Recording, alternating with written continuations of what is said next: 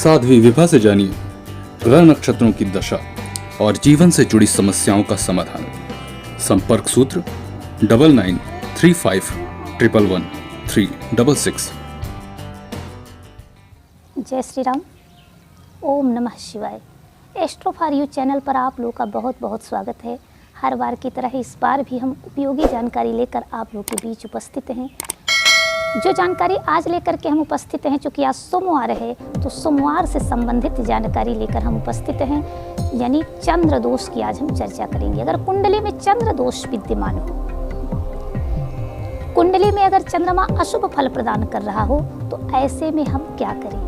वो कौन सा धर्म कर्म है, वो कौन सा पूजा पाठ है, वो कौन सा आचरण और व्यवहार है जिसको करने के बाद कुंडली से चंद्र दोष समाप्त होता है और चंद्रमा शुभ फल प्रदान करना शुरू कर देते हैं। सबसे पहले तो जो लोग कुंडली आदि का विचार नहीं करते या जो कुंडली आदि नहीं दिखाए हैं, वो जातक ऐसा कौन सा लक्षण है जिसको देखने के बाद ये समझ जाएं कि हमारे कुंडली में चंद्र दोष है। कुछ लोग की कुंडली ही नहीं बनी है, तो ऐसे जातकों को कैसे समझना चाहिए कि हमारे कुंडली में चंद्र दोष है। यदि आप डिप्रेशन के शिकार हों, तनावग्रस्त हों, आप बीपी के पेशेंट हों, आपके मन में बुरे बुरे भाव आते हों, बुरे बुरे ख्याल आते हों, जीवन को लेके आप बहुत अधिक चिंतित हों, तो आप ये समझ लीजिए भाई, सामान्य चिंता तो हर किसी को रहती है, पर वो ऐसी चिंता जो रोग को जन्म दे दे, तो आप ये समझ लीजिए, यानी मनोरोगी जो मनोचिकित्सक के पास जाते हैं, जो मनोरोगी हैं, ऐसे मनोरोगी जो होते हैं वो चंद्रमा दोष के कारण ही होते हैं। चंद्रमा जब उनका अशुभ फल प्रदान करने वाले स्थान पर बैठा हो, बुरे भाव में बैठा हो, तो आप ये समझ लीजिए कि ऐसे जातकों को मन से संबंधित रोग उत्पन्न होता है, ब्लड प्रेशर से संबंधित रोग उत्पन्न होता है। वैसे ब्लड प्रेशर का मुख्य कारक ग्रह मंगल है, लेकिन तनाव इसमें विशेष होता है, तो तनाव का जो मुख्य केंद्र है वो चंद्रमा होता है। तो आप ऐसे समझ सकते हैं कि हमारी कुंडली में चंद्र दोष है। अब हम उपाय क्या करें? तो इस समय श्रावण मास चल रहा है। अगर श्रावण मास नहीं भी रहे, अभी तो आगे अधिक मास भी आएगा, लेकिन श्रावण और अधिक मास के अलावा भी आप इसे नित्य प्रति अपनाएं। चंद्र दोष कभी नहीं रहेगा और चंद्रमा बहुत ही अच्छा फल प्रदान करेगा। तो आपको करना क्या है? चंद्रमा को भगवान शिव अपने शीश पर धारण किए, है ना?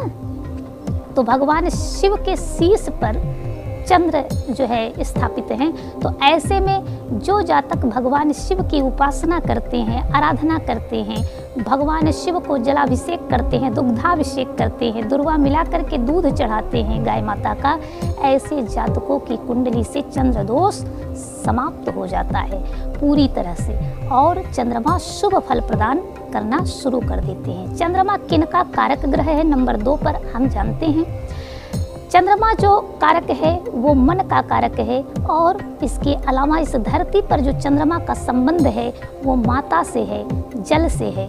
तो आप ये समझ लीजिए, जहाँ भी आपका, यानी आप समझ लीजिए जिससे भी आप रक्षित होते हैं, सुरक्षित होते हैं, उसे हम मातृवत पूजते हैं। तो धरती माता को प्रणाम करें, अपनी माता को प्रणाम करें, जल से संबंधित जो भी माने पवित्र नदियां हैं उनको प्रणाम करें, और जल आदि बहुत अधिक न गिरावें। तो समझ लीजिए चंद्र दोष आपकी कुंडली से संपूर्ण तरीके से दूर हो जाएगा और शुभ फल प्रदान करना शुरू कर देगा। आप ये जान लीजिए, चंद्रमा से संबंधित कुछ मंत्र विधान भी मैं बताऊंगी आपको, बने रहें हमारे साथ। तो चंद्रमा से संबंधित जो मंत्र विधान है, और आपको क्या करना है, चंद्रमा की जो तिथि है वो पूर्णिमा है। तो पूर्णिमा के दिन आप क्या करें? पूर्णिमा को आप भगवती से संबंधित जो भी आराधना उपासना कर सकते हैं वो करें। इसके अलावा शिव जी की उपासना तो आप नित्य प्रति करें ही। और तीसरे नंबर पे आप अगर बहुत अधिक डिप्रेशन के शिकार हैं तो पूर्णिमा का आप उपवास भी रख सकते हैं। इसके अलावा आप जैसे पूर्णिमा को अगर कुछ खाना ही हो तो खीर बना के रखें और खीर को चंद्रमा को जो है चढ़ाएं। और ख़ास तौर पे मान लीजिए भाई रात्रि काल में चढ़ाने का विधान है, पर अगर आप दिन में खाना चाहते हैं, आप खाए बिना नहीं रह सकते हैं, तो ऐसे में आप होरा शास्त्र के अनुसार, आजकल तो गूगल पे डालकर भी आप होरा चेक कर सकते हैं कि किनका होरा चल रहा है। चंद्रमा का यदि होरा चल रहा हो तो चंद्र मंत्र बोलते हुए, चंद्रमा देवता का स्मरण करते हुए, अगर चंद्र यंत्र आपके पास है तो यंत्र की स्थापना, पूजन पाठ आदि कर लें और चंद्रमा को खीर समर्पित करें, भेंट करें।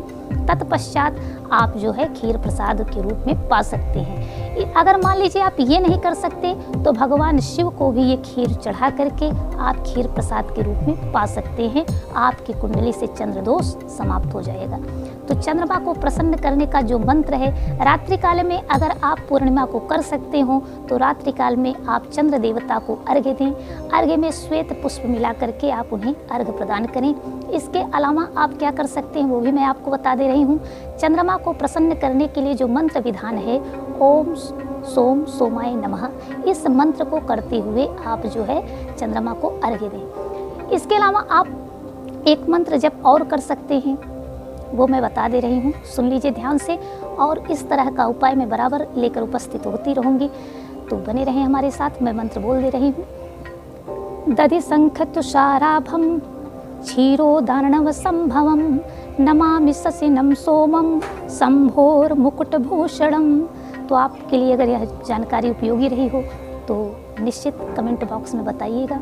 बने रहें हमारे साथ। आप लोगों का बहुत बहुत आभार, आप लोगों ने इतनी देर वीडियो देखा। जय श्री राम, पुनः मिलेंगे।